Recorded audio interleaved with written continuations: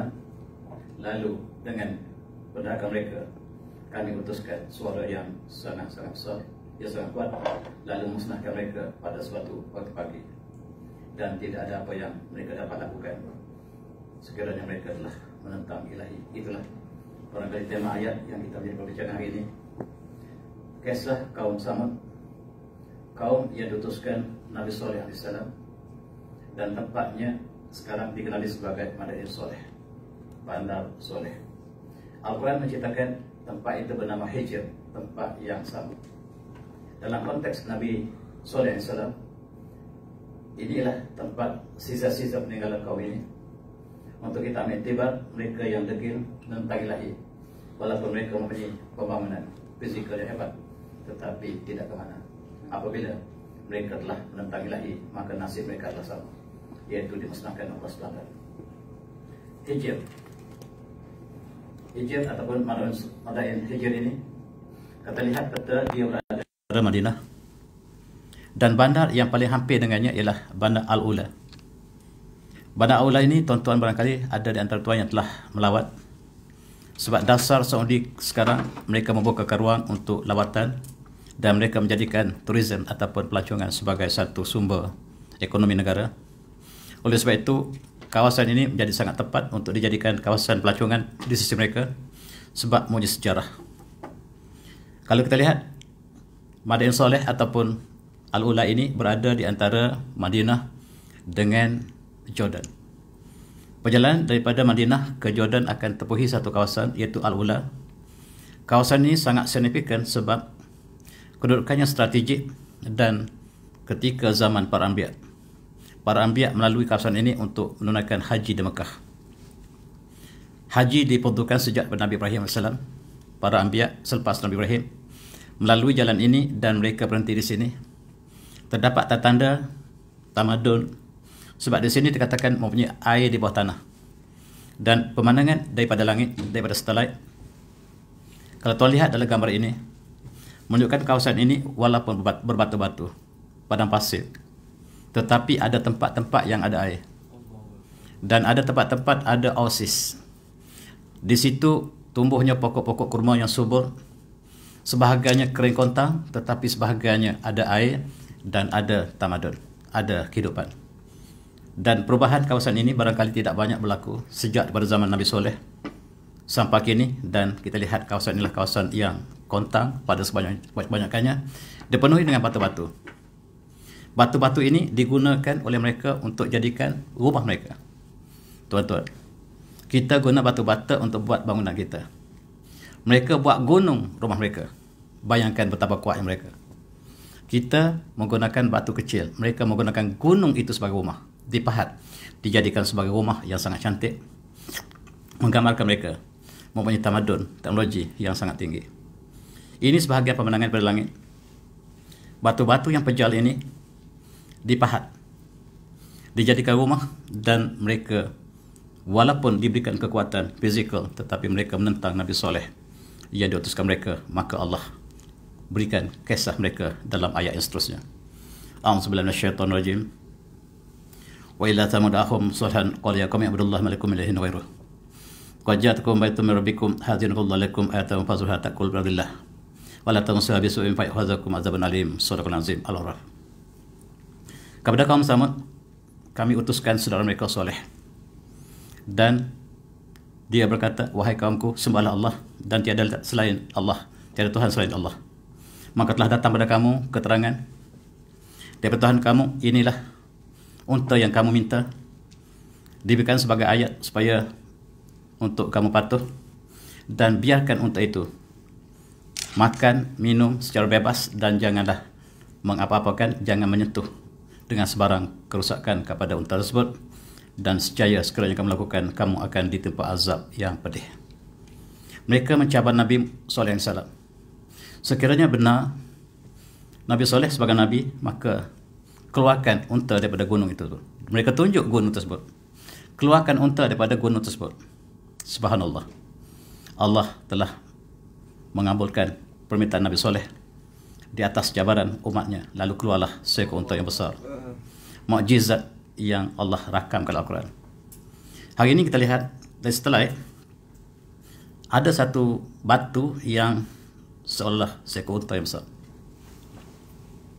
Ini ialah gambar setelah.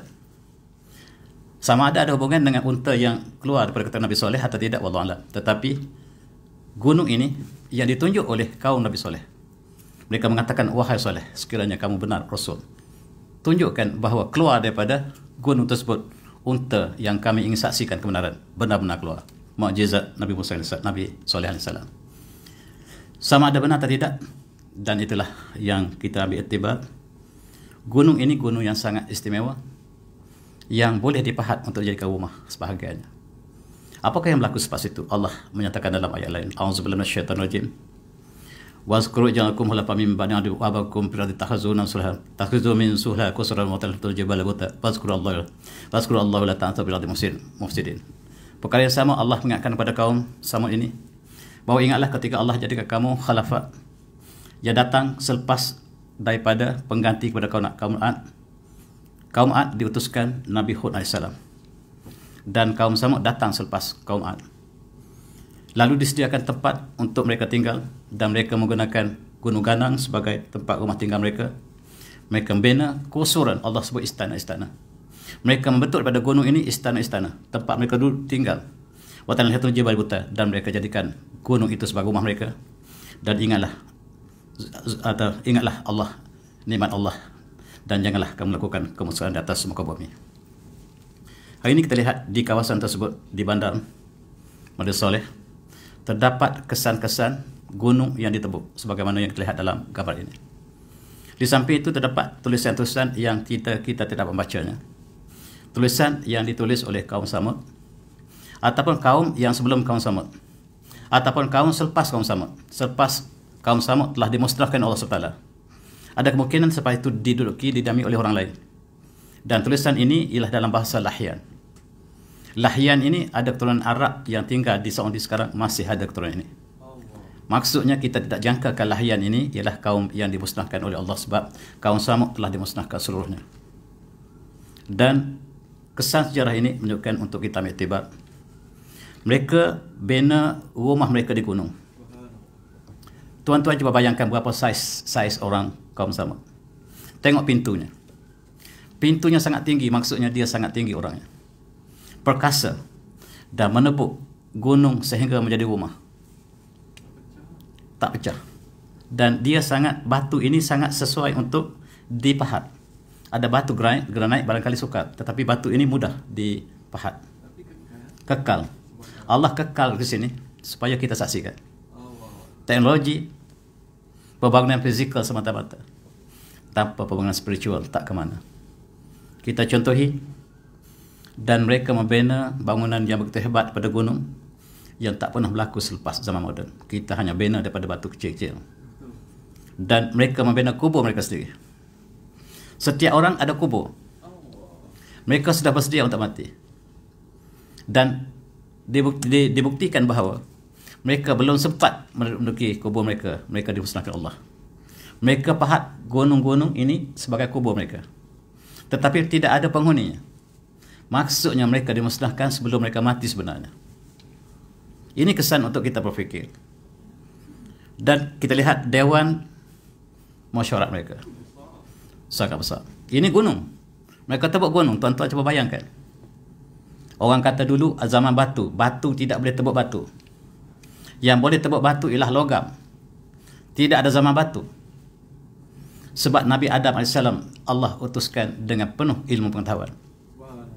Dan kita bersentimen dengan zaman batu, zaman tembaga yang diajar di sekolah, yang menyimpang jauh daripada kebenaran apa yang Allah sebut dalam Al-Quran. Nabi Adam menggunakan logam untuk bertanam, bertanian dan sebagainya. Sebagaimana dihuraikan dalam tafsir, umpamanya dalam tafsir Qurtubi dan lain-lain.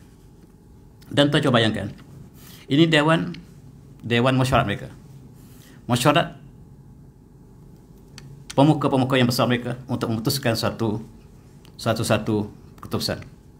Tetapi pembangunan ini tidak ada maknanya sekira mereka menentang Allah sebagaimana Allah sebut dalam ayat lain.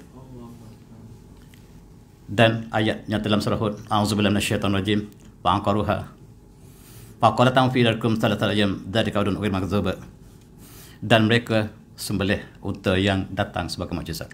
Subhanallah. Inilah kemuncak penerakaan. Mereka minta supaya tunjukkan mukjizat.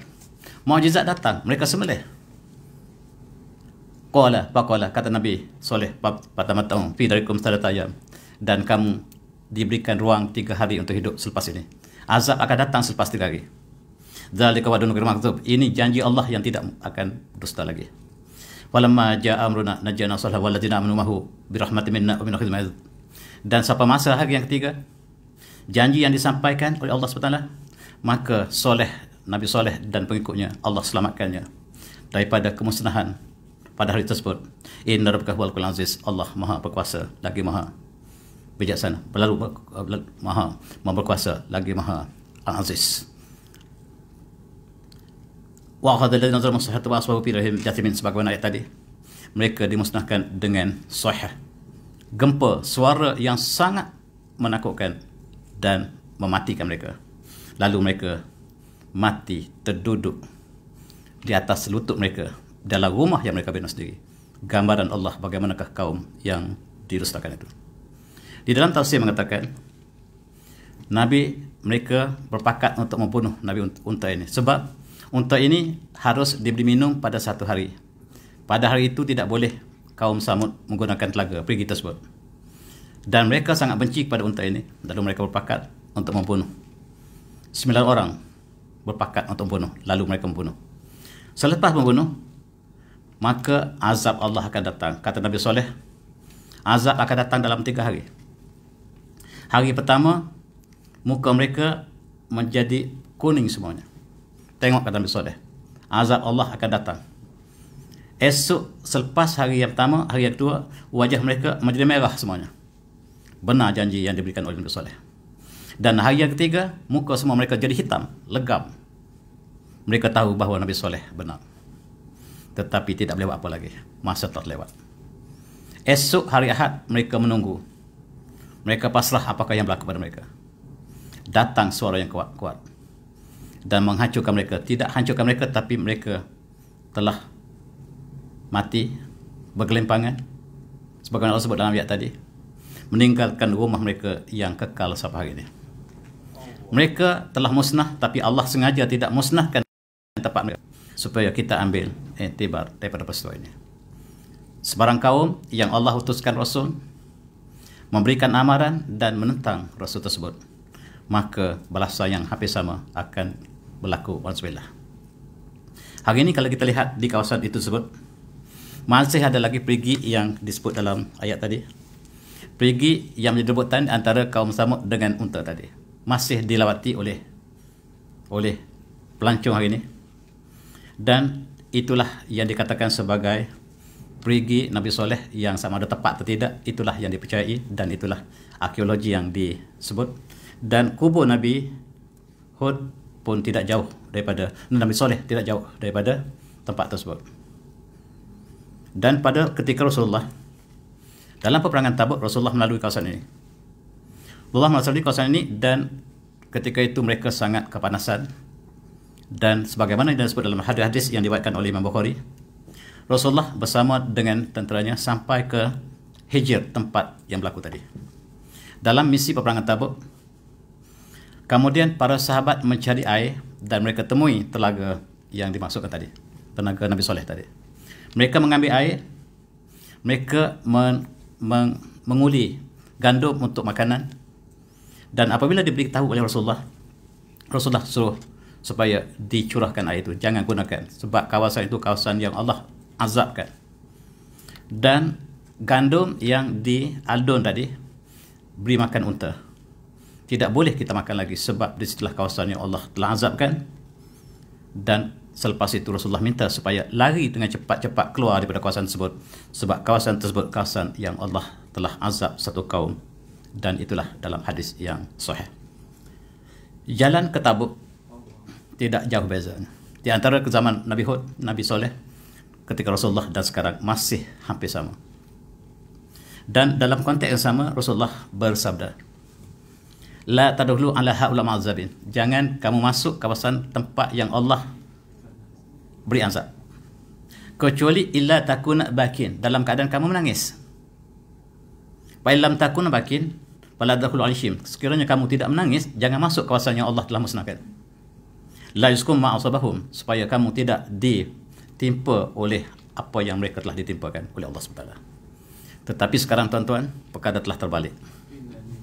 Kawasan yang dilarang oleh Rasulullah supaya jangan kita lalu kecuali dengan laju, kecuali dengan menangis, telah menjadi tempat pesta. Itulah tema perbincangan kita hari ini.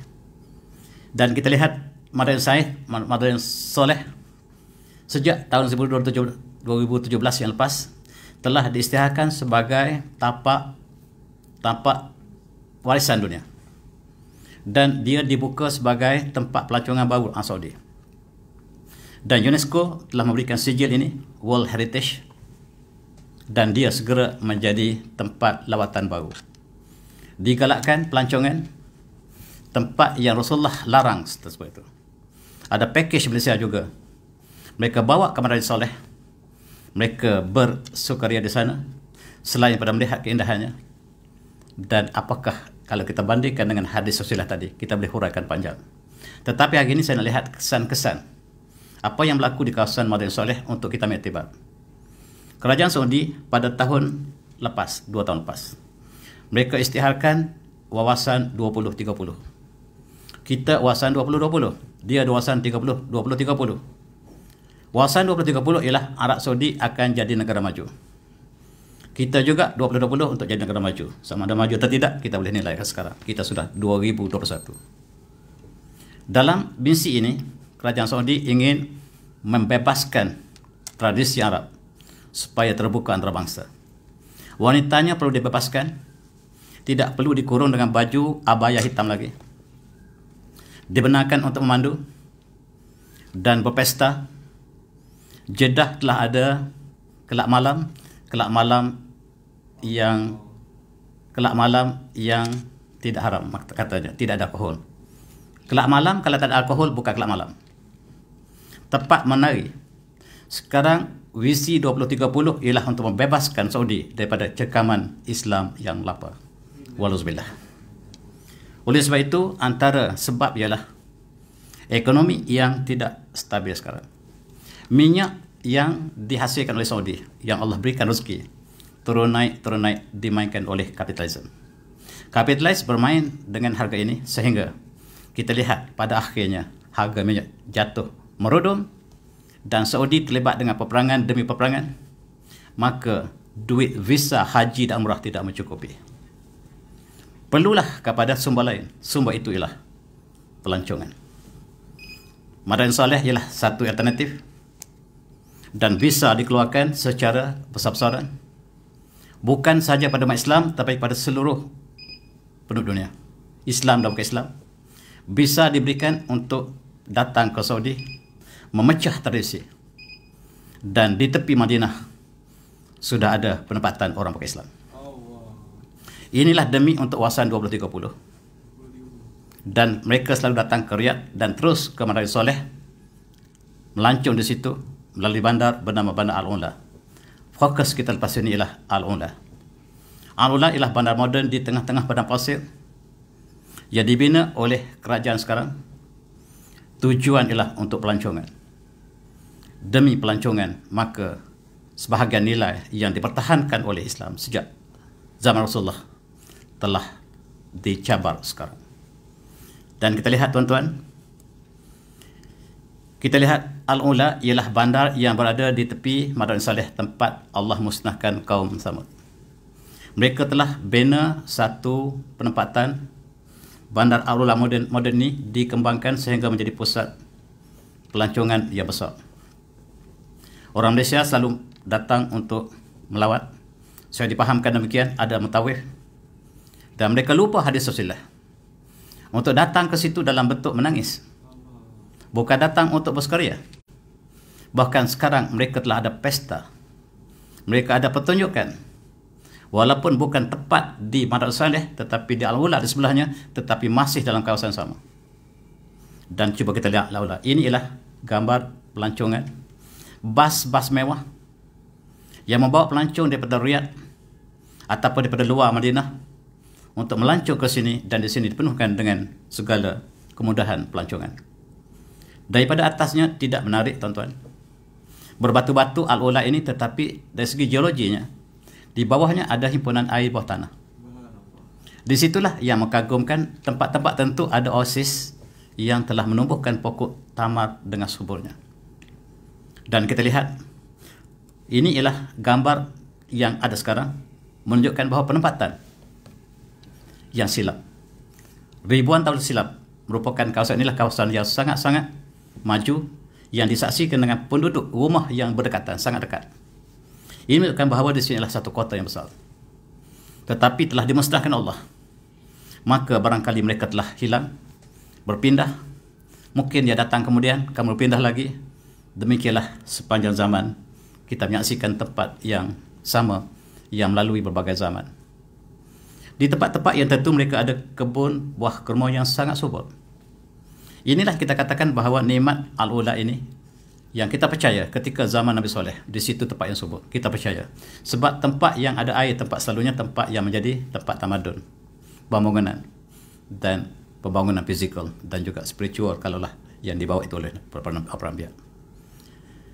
Dan selepas itu kita lihat mereka membina satu resort yang terkenal di Ula bernama Sahari. Di situ dilengkapkan dengan bagai-bagai khemah, hotel 3 bintang, 4 bintang, 5 bintang, dan ada yang berbintang-bintang lain.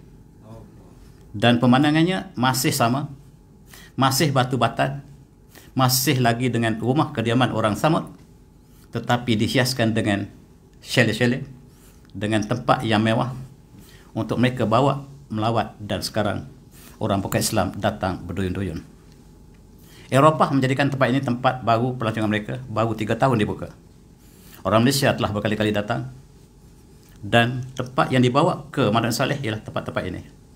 Ada 10 tempat yang terkenal ataupun lebih yang mereka sentiasa bawa dan melihat apakah kesan kehidupan orang bangsa Samud atau kaum Samud pada masa dulu. Cukup menarik. Di sana juga ada Sphinx. Ada, kalau di Mesir ada piramid dan ada Abu Khal ini, dipanggil Sphinx. Di sini juga ada Sphinx. Bezanya di Mesir tidak ada janggut, Sphinx di Madinah Saleh ada janggut. Itu saja bezanya. Maksudnya ialah orang Firaun dengan orang di sini, mereka menyembah Tuhan yang sama, Tuhan yang selain daripada Allah. Itulah diutuskan para anbiya, Nabi Hud, Nabi Soleh, dan Nabi lain, para anbiya, yang diutuskan mereka supaya kembali kepada fitrah, kepada agama yang hanif. Tetapi mereka dalam banyak hal menentang, dan pengikut Nabi Soleh selalunya minoriti, bukan majoriti. Dalam sejarah para anbiya, selalunya pengikut para anbiya ialah kaum minoriti. Kaum yang majoriti ialah kaum yang menentangnya. Oleh itu tuan-tuan, majoriti tidak menentukan kebenaran. Jangan jadikan majoriti sebagai menentukan kebenaran, sebab sejarah para anbiya yang bersama dengan Nabi Nuh hanyalah 40 orang. Yang menentang ialah majoriti, dan yang minoriti adalah yang benar. Yang Allah telah isytiharkan yang benar ialah yang minoriti. Sama seperti dalam konteks Nabi Soleh. Dan cukup menarik, di situ ada satu gunung yang dipahat dengan sempurna dan dinamakan Qas Al-Bint. Maksudnya istana seorang putri yang belum berkahwin. Kisahnya di situ ada seorang putri bangsawan yang tidak dibenarkan untuk bertemu dengan pemuda, sebarang pemuda. Sangat cantik, rambutnya panjang. Dan satu hari pemuda yang mendaki gunung ini melalui rambutnya dan sampai bertemu di situ. Dan apabila diketahui oleh keluarganya, wanita itu, putri itu dibunuh. Itu terjadi di sini. Kisah ini ditulis dan dijadikan kisah paling popular di barat dengan nama Rapunzel. Rapunzel ini berlaku kaum Samud. Berlaku di sini, tuan-tuan. Berlaku ketika zaman kaum Samud, ketika Nabi Soleh. Dan putri ini dilarang bertemu dengan lelaki. Dan lelaki telah masuk dan cinta terlarang telah berlaku. Hukumannya lah mati. Dan gunung ini menjadi tempat lawatan orang Malaysia datang melancong, orang England datang melancong, orang Yahudi datang melancong, sebab orang Israel boleh datang sekarang. Sebab normalisasi yang dilakukan oleh negara Arab dengan Israel menyebabkan pelancong-pelancong Israel datang dengan ramai ke sini untuk melihat sejarah Nabi Soleh yang ada dalam kitab mereka juga. Dan diibaratkan di sini dengan kisah Rapunzel. Dan dalam setiap tamadun ada kisah Rapunzel. Dalam orang Melayu ada Puteri Maya Mengurai. Kisah yang sama. Rupa-rupanya dipetik daripada kaum sama. Kemudian dibawa ke Eropah oleh orang Jerman, difilmkan oleh Hollywood, dan dia tersebar ke seluruh dunia. Dan tuan-tuan, di sebalik kisah Rapunzel ialah kisah kaum Samud yang menentang Allah SWT. Dan kisah Rapunzel ini terkenal dunia barat, dipetik daripada kaum Samud oleh dua penulis Jerman, lalu terkenal di Jerman, terkenal di Perancis, terkenal di England, akhirnya sampai ke mereka, orang mereka buat filem yang kita maksudkan tadi. Ini kisah kaum Samud. Dan mereka telah berakhir. Yang tinggal hanyalah kesan-kesan yang pernah mereka berada di situ. Dan kita lihat hari ini, ketika Madain Soleh telah dibuka kembali untuk lawatan, maka mereka datang untuk mengulangi kisah cinta terlarang. Gambar ini gambar-gambar yang menggambarkan pemuda-pemudi datang berpesta di situ untuk mengerti bahawa kalau di Itali ada Romeo and Juliet, di situ ada Rapunzel. Mereka juga tidak kurang dari segi kisah popular mereka. Mereka menari di situ dan mereka berpesta di situ. Tempat yang Rasulullah larang supaya kita tidak boleh lalu dalam keadaan yang kita bersukaria, datang dalam keadaan menangis sebab kawasan itu kawasan yang Allah musnahkan. Dan lebih menyayat hati, beberapa hujung terlepas mereka datang menari di situ secara terbuka. Pelancong Rusia datang menari sebab kisah Rapunzel ini sangat terkenal, dan mereka ingin tempat yang asli. Rapunzel yang asli ialah di kaum Samud, dan mereka berpesta, dan mereka minta pelancong Arab yang tidak pernah berpegang tangan dengan pelancong asing telah melakukan demikian.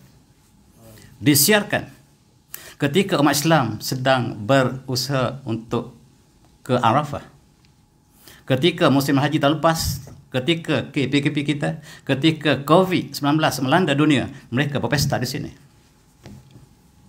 Dan inilah yang dikomen besar oleh ulama-ulama kita di seluruh dunia. Barangkali berita ini tidak sampai ke Malaysia. Tuan-tuan, mari kita berfikir, gambar-gambar ini ialah sebahagian, ialah pencerobohan kepada tempat yang dijadikan sebab pelancongan, dan kita orang Malaysia harus kita berfikir pakej-pakej yang harus dibawa ke sini dengan penuh tata akhlak Islam datang untuk kita lihat kesan mereka yang dimusnahkan, tetapi bukan seperti ini. Ini ada hubungan dengan dasar Saudi yang membuka negara mereka untuk menjadi negara maju dalam 2030, dan kini sudah ada airport di kawasan tersebut untuk kemudahan kedatangan pelancong asing. Rupa-rupanya ekonomi yang dikaitkan dengan pelancongan ini sangat tinggi, dan oleh sebab itu petroleum yang ada di Saudi tidak mencukupi. Visa haji dan umrah tidak mencukupi. Peperangan yang mereka lancar terhadap Yaman dan sebagainya memakan belanja yang sangat besar, dan mereka perlukan sumber lain. Sumber yang mereka lihat ialah sumber pelancongan. Dan sekarang kita lihat airport telah berada di Ula, dan Matar Al-Amir Al-Majid ini menjadi tempat persinggahan para pelancong ke Madain Soleh. Tuan-tuan yang hormati, ketika malam berbagai-bagai pesta diadakan. Mereka ada pesta seperti yang gambar ini untuk menerokai alam penuh misteri, alam sejarah, arkeologi, geologi, dan mereka cuba terokai padang pasir yang panas. Tetapi pesta selalunya diadakan masa musim sejuk. Musim sejuk bulan 12, bulan 1, bulan 2 dan bulan 3 umat Islam bersedia untuk haji. Ketika itu mereka sedang berpesta. Inilah yang sedang difikirkan, yang sedang dibincang seluruh dunia. Kenapa mereka memilih ketika umat Islam untuk menunaikan haji di Padang Arafah? Dan cukup menarik, mereka bina satu bangunan yang boleh jadi ialah wonder, the 8 wonders of the world. Benda yang paling ajaib dunia hari ini, tuan-tuan tahu, ialah Al-Maraya. Al-Maraya ialah bangunan daripada kaca yang besar, mega, di tengah-tengah pada pasir. Ini gambarnya. Dan tuan-tuan lihat di situ ialah gambar reflect kepada gunung-gunung ganang yang ada sekitarnya. Kita tak dapat lihat gambar Al-Maraya yang sebenarnya, dan diisytiharkan oleh Guinness Book sebagai bangunan paling ajaib kurun ini. Dan inilah bangunan yang dilawati oleh seluruh pelancong dunia. Ini gambarnya. Sangat besar. Berapa juta meter persegi yang digunakan untuk cermin yang terbaik dunia. Sehingga dia diisytiharkan sebagai tempat ajaib baru. Dan subhanallah, dia memecahkan rekod dunia sebagai bangunan yang paling indah yang dibuat pada kurun 21 ini. Ini menunjukkan bahawa uangnya banyak ini ditumpukan untuk pelancongan. Dan pulangannya cukup luar biasa. Apabila seluruh dunia datang berkumpul tempat yang tidak pernah dibenarkan. Dan tuan-tuan kita lihat, pesta mesti diadakan. Muzik, mereka adakan berbagai-bagai peristiwa di sini. Berbagai-bagai event. Dan kita lihat pada tahun lepas, ini gambar tahun lepas. Mereka memanggil ahli muzik terbaik dunia untuk mengadakan persembahan dengan bayar yang banyak dan dijemput wakil-wakil dunia untuk menyaksikannya. Berbagai-bagai pesta diadakan di tempat yang Allah musnahkan kaum Samud. Sebenarnya sebelah, tidak jauh daripada Madrasah Saleh, dan yang sebutkan di sini adalah Al-Ula. Al-Ula disebut Al-Ula sekarang. Al-Ula, supaya lebih dekat dengan pelancongan, bukan nama asalnya. Dan kita lihat pesta orkestra dipanggil Winter of Tantora. Antara orkestra terbaik dunia. Dipersembahkan di tengah pada pasir. Inilah tuan-tuan untuk kita berfikir hari ini. Bagaimanakah bumi Arab yang tandus, tempat jatuhnya, turunnya wahyu, tempat para mursalin, telah berlaku apa yang kita saksikan hari ini. Untuk kita ambil iktibar, dan mereka juga membawa artis-artis yang terkenal, sama ada pada England, Amerika, China, Jepun, dan saya bagi satu contoh untuk lakukan mereka pada bulan Februari 2020 yang lepas, satu tahun lepas. Ketika Malaysia sedang PKP, mereka sedang berpesta. Dan ketika itu kita sedang menyambut untuk sampai ke Arafah. Inilah yang sangat kita duka citai. Ketika kita sedang menuju ke Arafah, mereka berpesta. Apakah maksudnya? Dan mereka ialah penjaga haramain. Mereka adalah amanah untuk menjaga haramain. Simbol tempat yang paling bersih, paling suci dalam Islam. Dan sekarang tuan-tuan, dalam polisi yang sama, wanita yang selama ini tidak dibenarkan untuk memandu telah dibenarkan.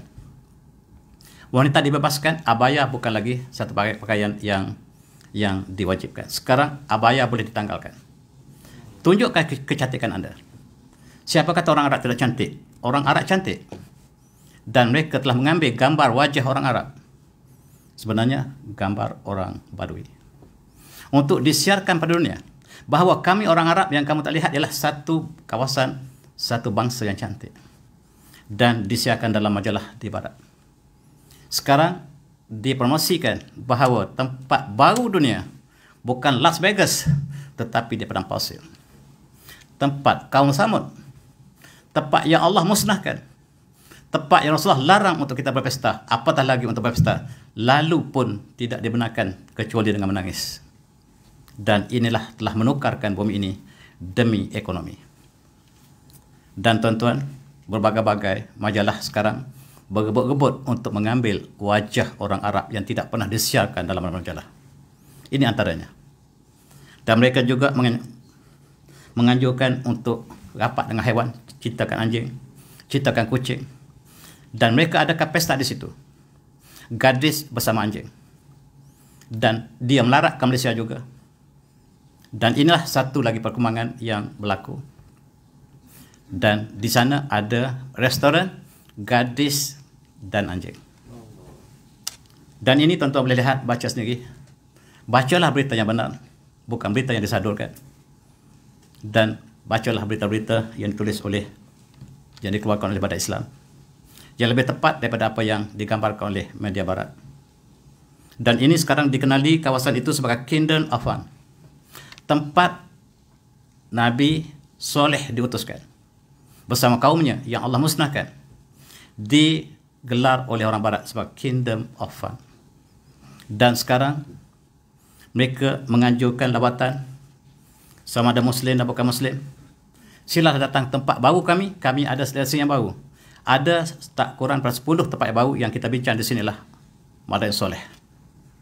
Dan tuan-tuan, tahun lepas dalam mesyuarat Menteri-Menteri Kewangan Dunia yang adakan di Riyadh, sebagai tempat untuk promosi tempat baru yang bernama Madain Soleh ataupun Al-Munda, diperkenalkan barangkali dibawa lawatan ke sana selepas perbincangan ataupun mesyuarat Menteri-Menteri Kewangan Dunia dan Badan Bank Dunia, dan gambar ini merakamkan mesyuarat di Riyadh, dan mereka perkenalkan tempat baru lawatan ialah kepada tempat yang kita maksudkan tadi.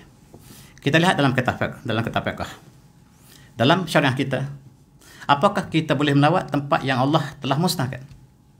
Umpamanya di Madain Soleh, ataupun di Laut Mati kaum Lut, ataupun tempat-tempat lain yang Allah telah musnahkan. Maka ulama memberikan 3 hukum. Hukum yang pertama ialah harus bersyarat. Harus bersyarat ialah sebab kita ada keluar untuk lalu sebab tiada tempat lain, dan kita harus lalu sebagaimana disebut Rasulullah tadi, lalu dalam bentuk menangis, mengenang peristiwa yang pernah berlaku pada kaum terdahulu. Itu syarat pertama. Ada juga ulama mengatakan makruh tahrim, maksudnya hampir-hampir haram. Tidak boleh masuk, kecuali boleh masuk tetapi hampir-hampir haram. Itu pandangan yang kedua. Yang ketiga, haram, tidak boleh pergi sama sekali. Ini pandangan yang sangat ekstrim. Yang tiga-tiga ini ialah pandangan ulama kita. Jadi tidak ada harus yang tanpa syarat, tak ada. Yang pergi sahaja untuk lihat, tak ada. Dalam Islam hanya ada 3 hukum ini, dan tuan-tuan boleh rujuk kitab-kitab mutabar yang membincangkan tempat-tempat yang Allah telah musnahkan. Tetapi apa yang dilarang oleh baginda Rasulullah telah berlaku sebaliknya pada kali ini. Kita lihat juga ini ada hubungan akhir ini dengan dasar Saudi. Apa yang berlaku akhir ini ialah normalisasi dengan Yahudi. Normalisasi ini ialah supaya Amerika mencadangkan keamanan di rantau Asia Tengah ataupun Asia ataupun di Timur Tengah. Caranya, bumi Palestin yang dirampas oleh Yahudi diiktiraf oleh Arab supaya dia adalah menjadi hak Yahudi. Dan sebagai timbal baliknya, Yahudi mengiktiraf bumi Palestin yang masih ada kepunyaan Palestin. Dan itulah yang mengatakan sebagai Deal of Century. Dan ini kemudiannya disepakati oleh sebahagian negara Arab dan ditentang oleh sebarang negara Arab.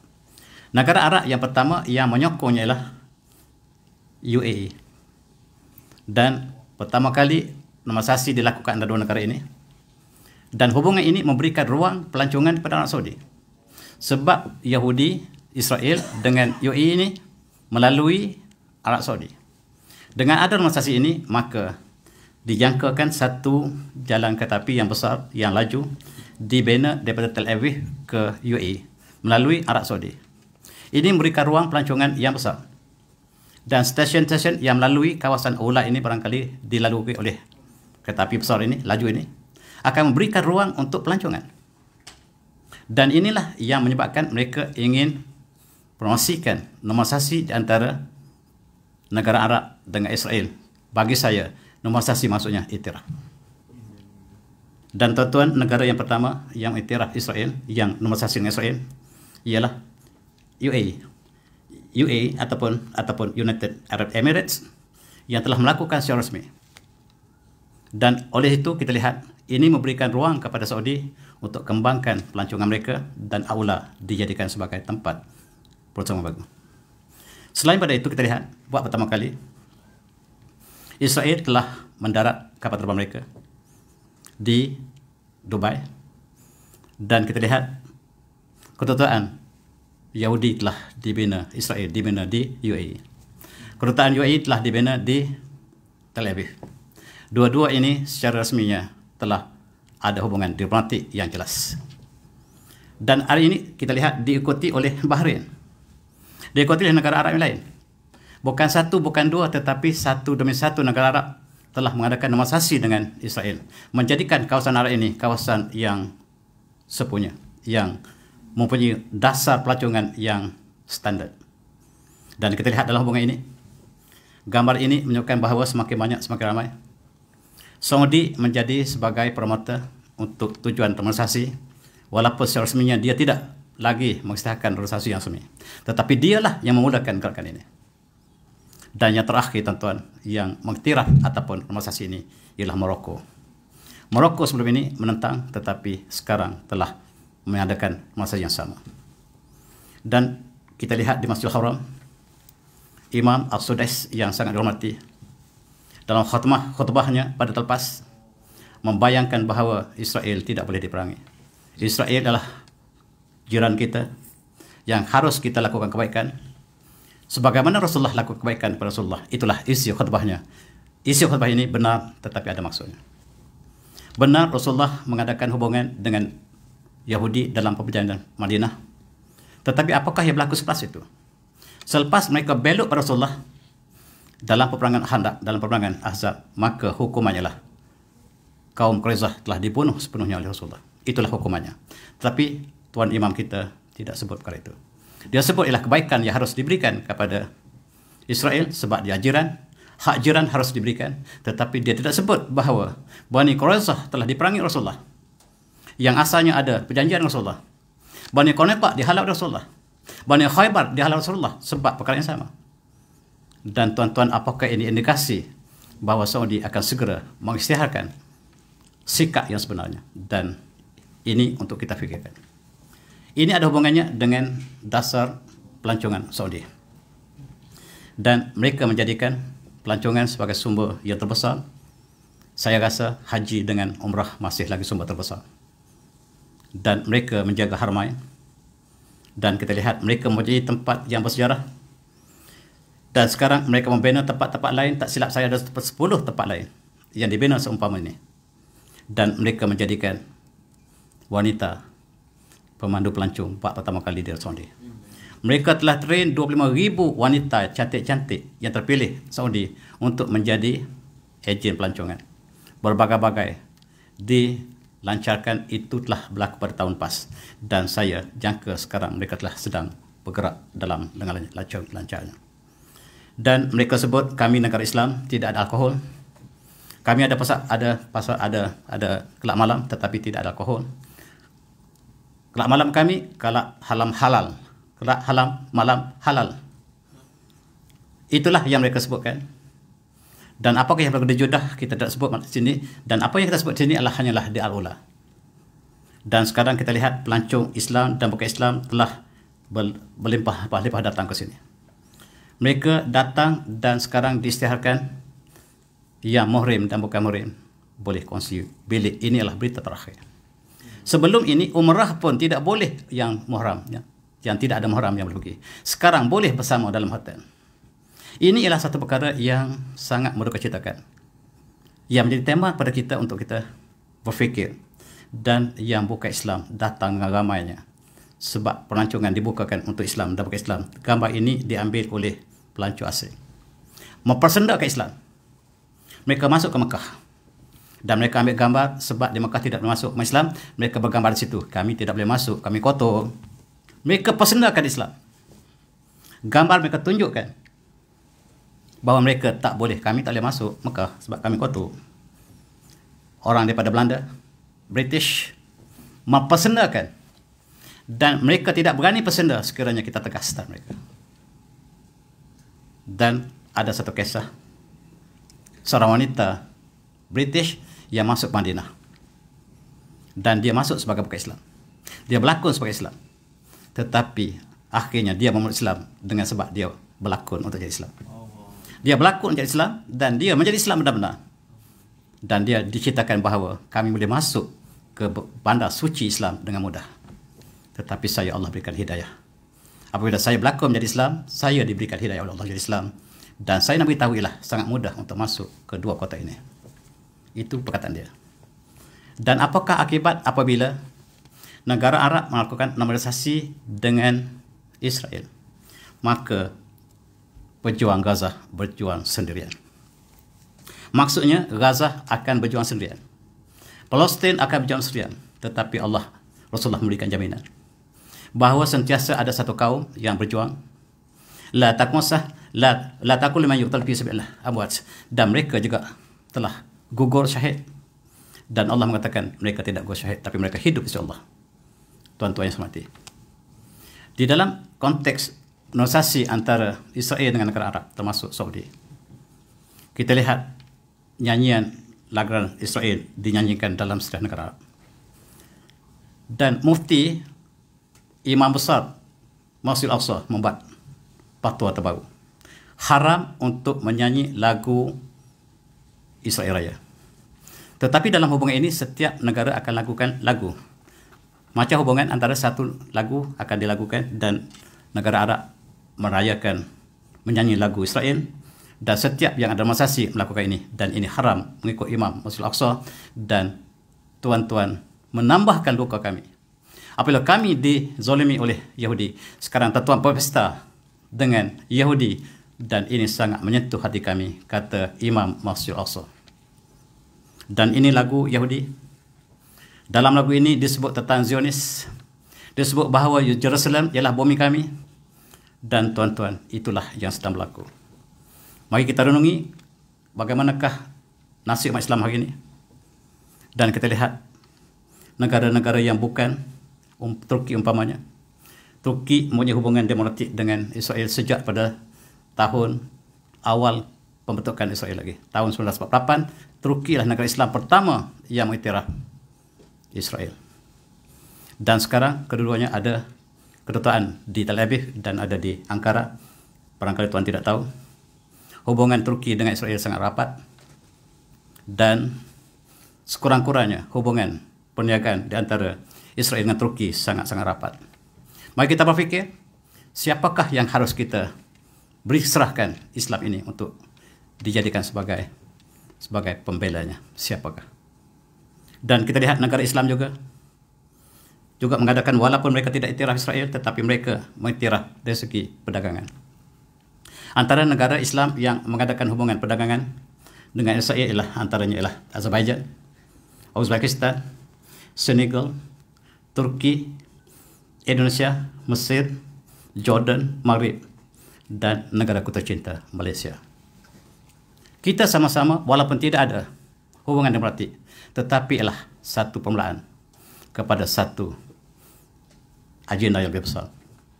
Perdagangan, ekonomi, sukan dan sebagainya, kemudian diplomatik. Dan itulah untuk kita renungi, tuan-tuan, apabila kita membincangkan tentang sejarah ataupun kisah kaum Samud yang Allah telah musnahkan sebab mereka mengkari tentang sejarah sedang Nabi Soleh, dan dia berakhir dengan Aula, berakhir dengan Madal Saleh.